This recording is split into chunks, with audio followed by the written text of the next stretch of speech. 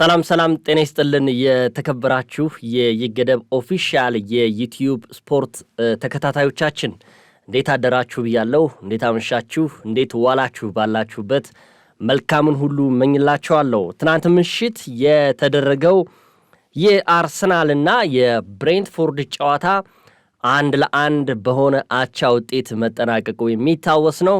ብሬንትፎርድ በሜዳው አርሰናልን ጋብዞ 1 ነጥብ ይዞ እዛው ቀርቷል። መሪው አርሰናል አሁንም በ4 ነጥብ ልዩነት ሊጉን እየመራ ይገኛል። በዚህ ጨዋታ ላይ አንዳንድ ጉዳዮችን ማንሳት ወደድኩኝ። ይህ ጨዋታ ለአርሰናል የዋንጫ ፉክክር የጉዞ መንገዱን ይጠርግለታል ተብሎ ታስቦ ነበረ። ነገር ግን ሳይጠቀምበት ቀርቷል።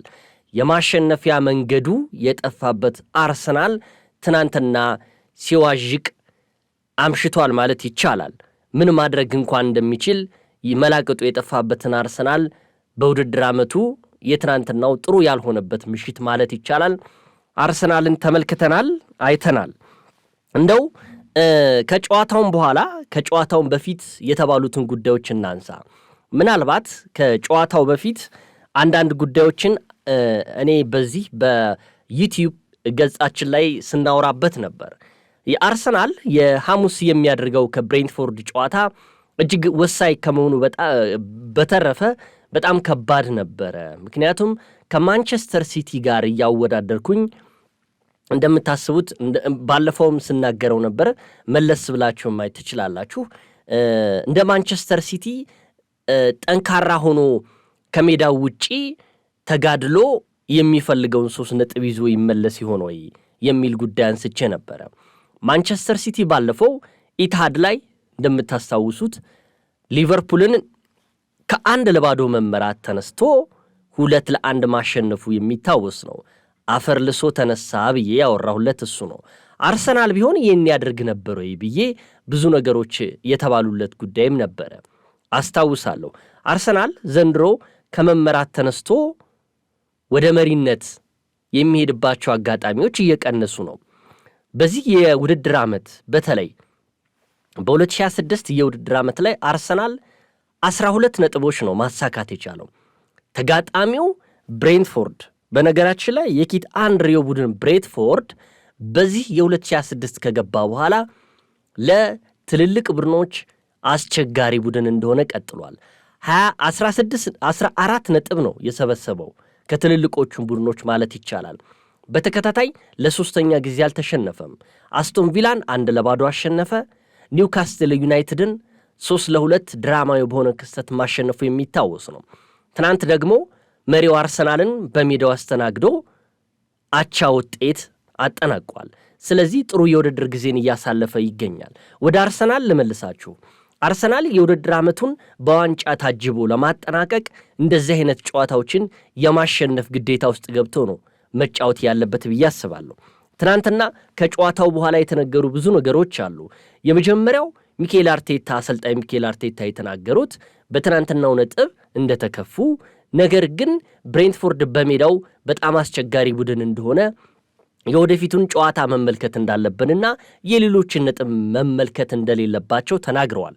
ሌላኛው ከጨዋታው በኋላ ሐሳቡን የሰጠው የመሃል ሜዳው አማካይ ዴክላን ራይስ ነው። 1 ነጥብ ይበቃናል ነው ያለው።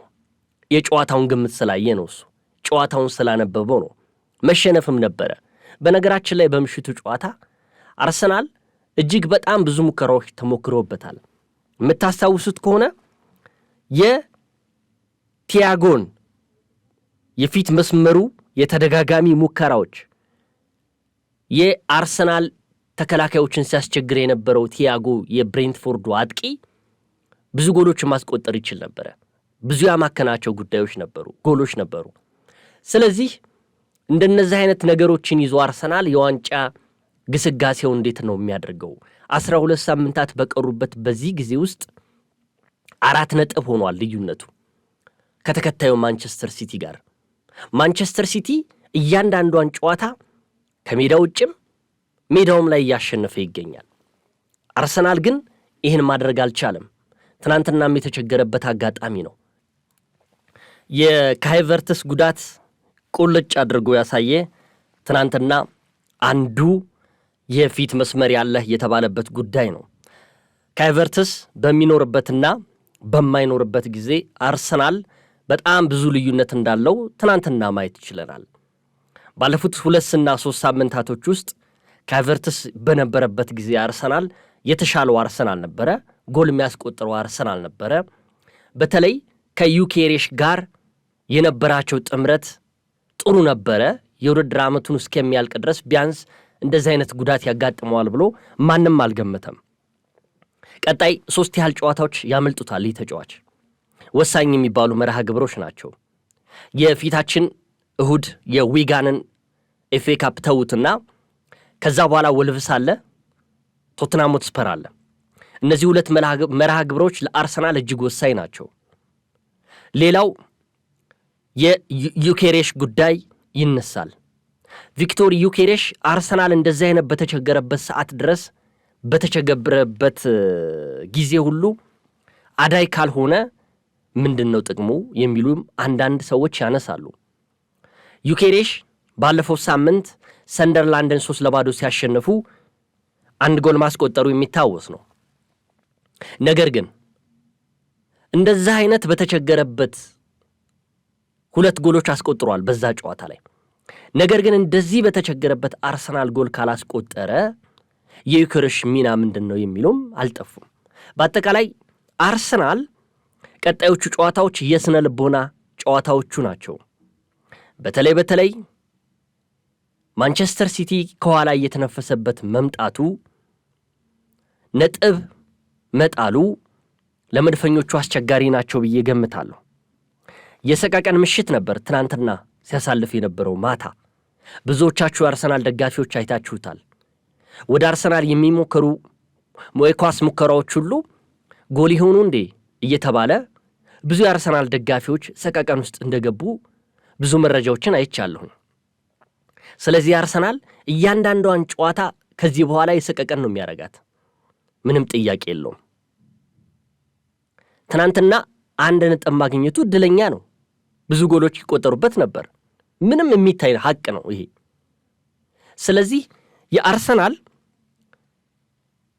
በተለይ ከሜዳ ውጪ የሚያገኛቸውን አጋጣሚዎች ተጠቅሞ ካልወጣ አሁንም አስቸጋሪ ይሆንበታል ብዬ አስባለሁ። በጠቅላላ እንዴት አያችሁት እናንተስ ጨዋታውን? ቀጣዮቹስ መርሃ ግብሮች ለአርሰናል እንዴት ናቸው? ተፎካካሪው ማንቸስተር ሲቲ በጥሩ ስነ ልቦና ላይ መገኘቱ ለአርሰናል ትልቅ ጫና አይፈጥርበትም ወይ? 22 ዓመታቶችን የጠበቀው የዋንጫ ጥማት አሁንም ላይ ቆረጥ ነው ወይ የሚሉ ብዙ መላምቶች እየተነሱ ይገኛሉ። አይታወቅም። ገና 12 ሳምንት ነው የሚቀረው። ነገር ግን እንደዚህ አይነት አጋጣሚዎችን ካልተጠቀመ አርሰናል እንዴት ነው የሚሆነው? ሌላው መነሳት ያለበት ጉዳይ የምለው የጁሪያን ቲምበር ጉዳይ ነው።